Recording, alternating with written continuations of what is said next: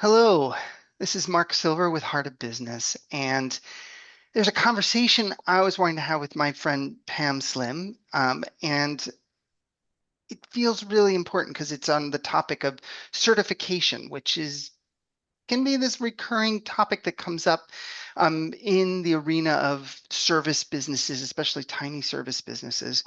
Um, and the reason I wanted to have this conversation is because I've seen certification sold by very crafty marketers as the solution to your financial problems and like the big thing to get out there. Um, and it's not that, but it's an important topic. And it's an important topic in these times because so many of us are developing beautiful work. Like beautiful work is being downloaded in our hearts and coming through. And people are really being affected in beautiful ways. And there's so much going on in the world. The more we can help and impact and shift and bring healing and bring transformation and bring our good work to people, I think it's I can feel that call in my heart. And one of those paths is certification. And I wanted to bring my friend Pam here, in particular. Let me give you the official bio because she's done so much. She's an award-winning author, speaker. She has her own agency. She spent 3 decades helping business owners scale their businesses and their intellectual property. The Pamela Slim Agency, PSA, specializes in productizing service businesses and the design and development of certification and licensing programs. She's written fabulous books. Her first one back in 2009, Escape from Cubicle Nation. Then she came out with Body of Work. Then she came out with The Widest Net. These books are really, they're readable, they're accessible, they're powerful. She just has a way of bringing really accessible simplicity, really complex or overwhelming topics. And I love that about her. She and I have known each other. We've known each other personally for, I don't know, part of that 30 years, 20 years, A 50, I don't, long ass time. I a don't know. long Somebody, time, a yeah. long time, a long time, a long time.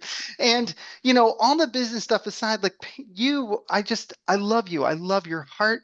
I love your sincerity. I love your awareness of analysis and, liberatory ideas and just this how we hold this world that we're in where we're trying to help something more beautiful emerge and social justice issues and just anyway there's so much there and I'm just really delighted to have this particular conversation with you because knowing that it's informed by all of these experiences that you carry is really important to me. So welcome. I'm really glad to have you here. I'm so happy to be here and have this conversation, Mark. Excellent. So I want to start just at the basics because, our audience, a lot of them are either self-employed or tiny businesses, a handful of people involved. And, you why get like in your thing, your experience working with lots of different people, why would someone want to create a certification? What, why, when does that start to open for people? Like, what is that about in your estimation? So let me just define the certification and licensing maybe as a starting place so that when we're talking about it, we kind of have context. So certification, way to think about it is just an organized, structured learning experience that you design that would be teaching your specific methodology such that the people who are participating in that educational experience would have all the knowledge, tools, resources, information, support needed to be good stewards of that methodology. And it's different. The reason why it's often important if we think about a certification that way is we really are saying often through the process of saying somebody is certified. I'm certified in Mark's Heart of Business approach to name the thing. Resonant pricing, one of the favorite things one of the many things I've learned from you, but it's an example of like a unique, interesting methodology and practice you have. So if I go out to the world and I say I am certified in Mark's resonant pricing process, then it means something. If we want that to mean something, it means that you, as the creator of that methodology, say, Mhm. yes, I have, provided materials for Pam, depending on how you would design that program. I have witnessed the way that she uses it. I feel comfortable that she's going to be using it appropriately. And for me and anybody else who would go through that, not that we all have to have the exact same outcomes because we're all different humans and often we use methods in different ways, but you can feel like you have provided everything needed in order for us to be good stewards of that work. And so that is the part of it. That's the way to be thinking about what a certification is. Licensing is simply a legal agreement that says exactly whom can use what of your materials for how much and how long. Mhm. So you can have a licensing program without a certification. And we can dig in a little bit later, for things like that. It can be kind of core ideas, or you see sometimes brand license deals, that people have where they're doing partnerships to be licensing parts of their brand or their methodology. That doesn't necessarily have to be with a certification. But Mhm. with a certification program, you always have a licensing agreement because when somebody's going Right. through that educational experience, then you do need to have an agreement for exactly what they can use, for how much, for how long, and what the terms are. So Okay. Right. that's kind of that foundation of what we're talking about. Thank you for bringing that clarity. Yeah. Yeah. So within that, I tend to think about certification as being a more mature business strategy because some of the prerequisites are often where you have taken time to express and codify a methodology. You've taken it out, you've tested it, you've worked on it with people over an extended period of time. You have done um, the work on that methodology to make sure that it is clear, it's coherent, it has just the right amount of steps, not too few, not too many, in order Mhm. to make sense. And you can see, generally, as the founder of a practice or a method, that you feel comfortable where you know exactly how to discuss and define what the steps are. And then very often for many people we work with, you're also teaching it in the form of workshops or classes or programs. Right. And often part of the mature side comes when people are like, oh my gosh, this is amazing. This is life changing. Either if you're selling business to business, they would say, I want to bring this inside my company so that all new hires, are exposed to this particular thing, or we want all of our leaders to go through this program. Or on the business to consumer side, or kind of selling to small business, you might have practitioners who say, wow, I love that resonant pricing tool. That's amazing. Could I get certified in that so that I could use that with my clients? Right. So Right. that context to me is important because in order for you to have that promise of what a certification is, where you're designing an experience so that people have resources, tools, information, support to be utilizing that methodology effectively. What that method is quite important. And that just takes some time to be Mhm. leaning in and figuring out and actively working on what it is that you're doing. The last thing I'll say about that piece is I use the metaphor of magic often to think about going through this process. So probably everybody listening has magic where you could show up, whether it's on a Zoom call or in person, and just magic can happen. Like, you intuit, you do things, you pull things out of your head, and right, like very often that's part of the beautiful organic part of how it is that we use our gifts and skills. Right. And so that magic can happen, but it is a little bit different when then you go to that next stage where you could actually first describe exactly what the magic is. Sometimes we don't even know what we're doing. So you have to codify Yeah. it so that Right. other people could explain it and or utilize it. And then when you go through more the certification process, it's so that that magic can be embedded other places that could have nothing to do with you. So that's just, I think, important context because It's a big thing. It's a yeah, really big thing. yeah, Yeah. Yeah. Um, there was a different question I wanted to ask, but what arose for me is I'm wondering if you obviously, well, with our clients, there's a lot, I'm thinking about perfectionism, and where people would make it almost insurmountable. Like, how do you take it and make it actually workable? Like, do you have, like, what's, I don't even know if this is answerable in this format, but I'm curious your thoughts about how to take on such a big task, or what do you look for?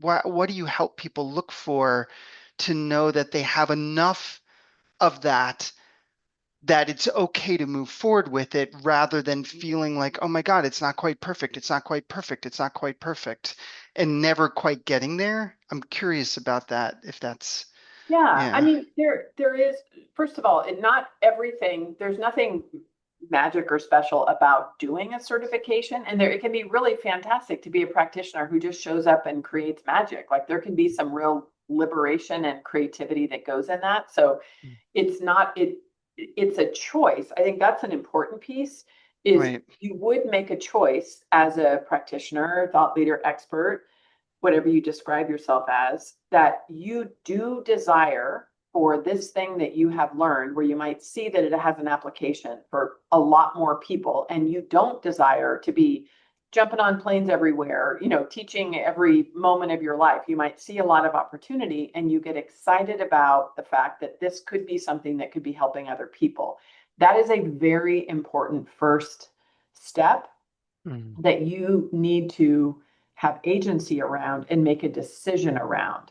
Mhm. Um, and so, if you desire to do that, then when you are looking at the process of codification, it is at first just often getting things out of your head, sorting it through a basic model. I just did a quick video on this yesterday where, things can break down sometimes in like 3 steps, 4 steps, 5 steps, and it can be an easy way that you could take no matter what it is, how to brush your teeth, how to organize your closet, how to transform Mm. an organization over the course of a year.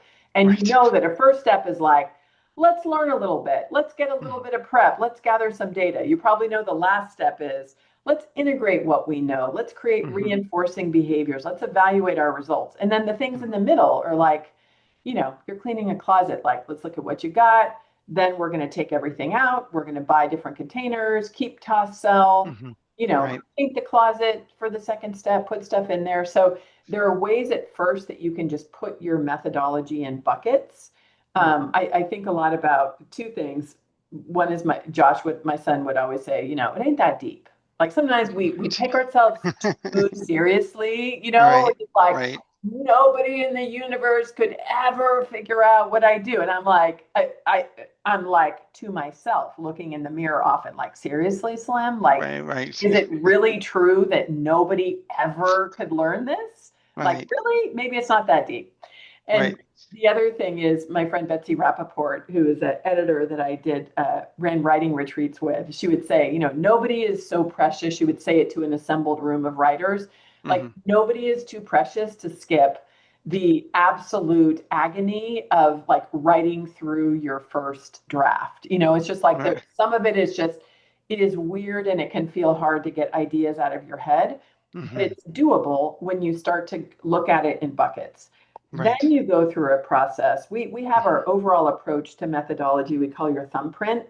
Mhm. So you have your market fit is one piece, which really addresses, will it sell? Is this something that is a need in the market that people are willing to pay money for? Or do you have Right. a way to describe it in a way that connects with them? Then you have the method. Will it work? Do you have the right number of steps in order to consistently get, outcomes? And then the model, will it stick? Are you designing in such a way that it helps people to easily remember what the method is so that they can continue that behavior? And it also makes it easy for them to spread the word. So I always use Mhm. stop, drop, and roll as an example. If Right. we're all sitting around cooking in the kitchen, somebody's sleeve catches on fire, we're probably all going to be like, stop, drop, and Stop, drop, roll. and roll. Right. And that's a method that has science behind why you do each of those things. As a former, EMT paramedic, very well. And yet it's so sticky because it's described in a way that makes it easy for people to really do that behavior. So Interesting. each, Right. each of those pieces are important in what you're putting together, just first in the methodology before you look at creating the learning experience around teaching the methodology. So Right. when it comes to the perfectionism, Mhm. it that is often like it is a doable task. It is work, but it's a doable task to begin to go through the process of pulling things out and codifying, noticing what you're doing. Sometimes you can have dialogue about it. Sometimes you can try to teach other people. And as you're teaching it, you can learn what it Mhm. is. Mhm. It's a project, as Trevor Right. Yoki, our joint friend, would talk about, right? It's a Yeah. project. So when you decide that you are going to do it, depending on what it is and how deep it is, it could take a little bit more time to do it. But the perfectionism, we know like a lot of the different edges that can be contextual to how we're raised. We know it's like one of the pillars of white supremacy culture of having Right. perfectionism. We know it can have all kinds of different lenses. And I feel like that's important to for each person who's going through that process to become aware of what are some of the ways that you're thinking about it for yourself. How Mm. does that show up for you? And I'm a real fan of growth mindset, of research, or Carol Dweck's research around kind of growth mindset, experimental thinking, being open to possibilities as opposed to fixed mindset. And Mhm. so sometimes it's just like, you can be like, yeah, this is really hard to explain, and I don't quite know how to work with this. And more of a growth mindset would be like, yeah, I'm really curious. Like, what could be a way that I could figure it out? Or is there something equally as nuanced that somebody else figured out that I could learn from? As opposed to fixed mindset, that's more like, this is just something that I'm never going to be able to explain. Right. Or if it's not perfect, then I'll be laughed out of town or laughed off the Mhm. internet if somebody goes through my program and it's not perfect. It's just, that's probably anything we do, right? It's not only a Right. certification or methodology, it's like any service that we provide. Still, after 29 years, like I still have those fears sometimes. I'm like, oh my God, did I ever have it? Do I have it now? Will I have it in the future? I don't know if we Right. feel that Yeah. Yeah. sometimes. Yeah. Interesting. I love the clarity and the methodology that you have behind your work, of course. Duh.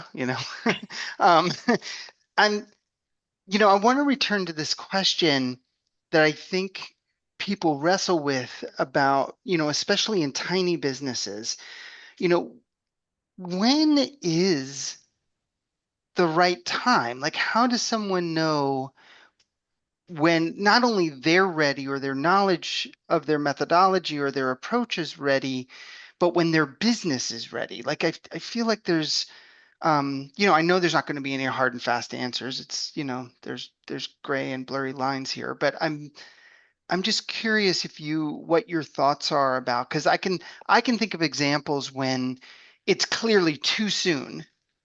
Someone who's been maybe doing their thing for 2 years and they've worked with 20 people and they've seen some success and it's like, oh, this thing I can certify people in it. Like that's too soon. Yeah, no. But I can also think of times where people, for a variety of reasons, waited too long, or I don't know about too long, but it's like, oh, the business needs to be here, or I need to be here. Do you have, I'm curious what your insights are around um, time, like like if it's in your heart and it's something that you want to do, what kind of benchmarks or milestones are you looking for in your business for it to make sense to pursue something like this?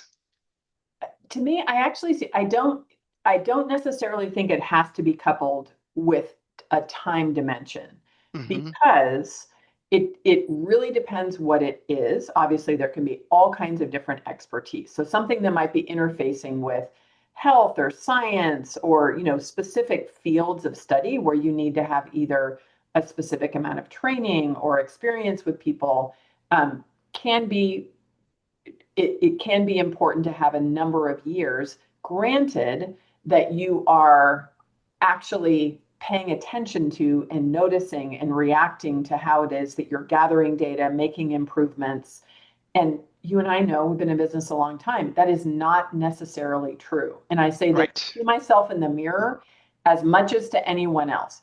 Right. After 29 years, there's certain parts of my business that I feel like super deep and seasoned and wise. Other things, I'm like, are you kidding me? You've been in business 29 years and you're still doing something this way? Like, time Right. has nothing to do with the level of how something is maybe refined or polished if you have not actually zeroed in to make sure that the method really works. Because Right. at a fundamental level, it is if you have market fit, it sells, and you have method, it works. Honestly, if it can be a benefit to people and it is like tested and tried and people use it, you could be in business 6 months. And sometimes like that happens. There can be people who just have a thing. Maybe they're adapting something they've learned. Maybe they're just like really wise. And there could be something that they have that Hmm. works to address an issue that people are willing to invest money in and maybe that others get really excited about using. Maybe it's Right. like some new template for creating a marketing plan, that you and Hmm. I have been in business for decades. Like, we're like, that is genius. And I don't want to have to create that myself. Do we really care if the person took, if it works, it's compelling, it's going to solve our issue. It's not really a matter of time. So Right. there's a whole continuum of like what a thing is and what your promise is, where you are clear and resonant with your audience about what it is that you're promising. So Hmm. that's a really important piece of it. And there are ways, just in general, if we think about having rigor and standards, this again can be a little bit different in different fields, or you might have different expectations in different industries of what a certification means. If you're creating a certification for financial planners, around some big area, there's a whole bunch of brand recognition and thought leadership that would be required, versus you creating a really cool tool for, let's say, this approach to creating a marketing plan, with AI, Right. or, it could be something that's like Right. very And of, when you're talking before, when you're talking about brand and thought leadership, you're talking about recognition within a field so that people actually know who you are and know what your work is. Is that what it's you're speaking recognition in to? the Yeah. field, but it's also, think about it, that if you're choosing to be focusing on scaling through a method, which is what a certification is based around, then the method is the main character that you are talking about. So yes, Hmm. you, the thought leader, the expert, you do want to be recognized, but for somebody to be excited to be certified in your thing, you have to be doing a lot of brand building, thought leadership work around Mm. creating visibility for your particular method. Now, that's the other super important piece about when and how people want to bring a certification forward is you have to have an audience and an experience in selling successfully to that audience. That's part of that mature business strategy, or Right. kind of business stage, I think, part. Let's say you get excited because you've been a practitioner and developing a methodology that's been really successful, selling it to individuals or other small business owners, and you think there's an application to sell it into universities or hospitals or, whatever it would be, into large companies. There is work that you need to do in order to be building that connection with that audience and building your reputation and building awareness, that are marketing activities that you would do. And Mm. so it is a bit of a different approach to how you would think about it, where you get excited over time. For many people, it is getting excited knowing that the tools that you're developing have a scalable way in order to have more impact in the world. They have a Mm. way to be supporting other practitioners who, frankly, don't love creating methodologies and would just love. There are people like my business partner, Darren Padilla, who love getting certified. I mean, if there's a certification, he is on it. I mean, he has more letters behind his name. He loves to learn and is passionate about learning new things. And there are many people like that. They would be thrilled to be getting certified. But those are the things that you need to actually develop in the market. And I think for a lot of Right. people, what they find, it's a long-term play that needs to have its own marketing strategy around the method and around the certification, in addition to just maybe the regular marketing that you're doing about your core services. Interesting. Yeah, it's a really good point. So that brings me to, as we head towards wrapping up this conversation, the the question that I have here is like if someone is thinking about certification, Mhm. what you've been talking about, it's a pretty big project. When you see people, in tiny businesses who want to take it on, Mhm. as a parallel, I've seen people in tiny businesses take on writing a book. It's a huge project. It takes time. It takes time away from your business.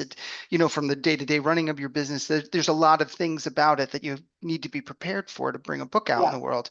And I'm curious, um, uh, knowing that there's no standard answer to it, what kind of bandwidth, like if somebody says, okay, I want to go to Pam, I want to go to her agency, I want to go and get some help, and I want to actually do this, what kind of bandwidth, what kind of a project, what kind of time um, are people looking at to put something like that in place? It really depends on how much codification that you've done. So it is in stages often, the way that we work in stages. We teach a cohort class, called Discover Your Thumbprint, which is about like the process of like putting together your methodology that can often be a way in which you can get your feet wet with getting the methodology codified. It the factors are how big it is, like how many steps are involved, how extensive of a process is it, what skills do you have as an instructional designer or as a writer to put things together, um, and what is what kind of resources do you have to put things together? So we do on the agency side, we do everything from what we call a certification blueprint, which would be to create the high level design, like all the components that are like the blueprint for creating, and then have templates for the core materials, participant guide, and all of that, that with the blueprint, somebody can run off and do that work. And so we find, and then we do full builds, we do hands-on full builds of the material. So when we're doing it, even with a team, at a minimum, it's usually around a 3-month process where we're really like heads down. But that is after somebody has already done the codification. Because just going back to our early conversation, there's the codification of your method, and then there's really the testing it and teaching it and getting all the kinks out, that really, like, all of that ideally should be done before you look at developing a certification around it. So Right. there are people who work on things for, a couple of years, for 10 years, and then there are certain people that might have a more specific tool or a Hmm. framework or something that's a little bit simpler Hmm. that will do it in 30 days. You might Hmm. see, like I do, like everybody has such different time So frames. interesting. Yeah. Yeah, I But can it's see like that. there are the core steps of first codification, then really testing, tightening, and then you make certain decisions about how you want to run it. And depending on how you work, it doesn't have to take a huge amount of time, uh, because it just depends on how big the method is. Beautiful. Mhm. Beautiful. Is there anything you want to add that we maybe haven't touched on that would be important for I someone think it's just, considering it? to me, it's always driving home. I imagine is a point that you make all the time, uh, and with your clients that I make with mine. We confuse sometimes a like an income generating opportunity for ourselves as the solution that's going to be beneficial for our clients. And what I mean by that is we start to talk about things like, oh, I want passive revenue, so I'm going to create a certification, or I want to be printing money, so I'm going to create an online class, or whatever the thing du jour is. It is fantastic when we make money in our business, and I love that. And that is not actually a customer focused strategy that you'd be using to make a decision about why or why not you would bring something forward. You would Hmm. make a decision because you would say, I think creating a certification offering would be really beneficial for people who I care about. and I want to be putting energy and resource in my business to be really developing relationships and generating awareness so that that is a growing area, because I know that with that certification, then people can really be successful in what they're doing. And then I Right. want to make sure that the dollars and cents make sense so that the time it's going to take me to do it and all of that, that I have enough of an audience to where it is a compelling return on investment. But we just, especially in the coaching world, there's just often things are thrown around about just ways to make six figures easily. And that's not what it's about. It's Right. really about how you're making great decisions that can absolutely, if you choose, deliver six figures to your business. Love that for you. But the decisions you make about what you bring forward are, what do you really have in that connection and relationship with people in your market and your clients. That's how we try to figure things out. And so if you find you're talking to people who you love working with about it and they're sort of lukewarm, and they would be ideal clients for it, then you might want to reconsider, is this really something? What we find often, like the best scenario, especially for our full build clients, they come to us because they're like, everybody keeps asking me, all my clients keep asking me if I have a train the trainer option of this workshop that I'm teaching. Can you help me? Like, that's an ideal Right. thing because Right. the demand is coming from the work they're doing. People are so lit up by It's it that they get it's being excited to do pulled it. out instead of being pushed forward, Yes, right? Yeah, yes, I could see that. That's beautiful. And I'm so glad you named that because that circles back to where we started the conversation, which is that I've just seen this sold as a solution for financial troubles in a business. And that's not, that can't be the driving motivation to take on yeah. this kind of work because of what It's it not is. like, yeah, I mean, for any work we do, like, you want to have the market fit. It has to always be something that is a benefit and good for the people who you're working with. Right. And then it's fantastic where it also is a financial benefit for you. We need to have both sides of that equation. But I Yes. find we often just look at one side of the equation, which is how can I make as much money as I can as quickly as possible? And that has brand implications. Is your method really solid? Does it working? Is it of any value to people? I know I've seen that people put crap out and it really undermines things in the end. So, Yeah. yeah. Beautiful. I'm so grateful. Thank you for this time. Thank you for like spinning this out. I had the image of a spider web, not a I love that. not a PR spin. My regenerative agriculture, every time I see a spider, I'm like, oh, look, a friend. So anyway, thank you. Thank you for bringing all of this out and doing this work and making it much more clear for folks. We've had your URL on the screen the whole time. So, but is there anything you want to say about it, where people to find you or Yeah, what you your, can just yeah. find me on pamslim.com is great. I'll send you a link. You can just post if you want underneath it too. I wrote a blog post a long time ago about just what is licensing and certification, that Hmm, can just be a reminder for kind of some of the basic terms. So I can share that, just for people to absorb a little bit what the steps are. that would be great. I would love to include that. So I love awesome. it. Thanks, All Mark. right. Thank you so much. Blessings and blessings to all of you who follow this conversation. I hope it's been really nourishing and helpful. And yeah, peace and blessings to you and your business.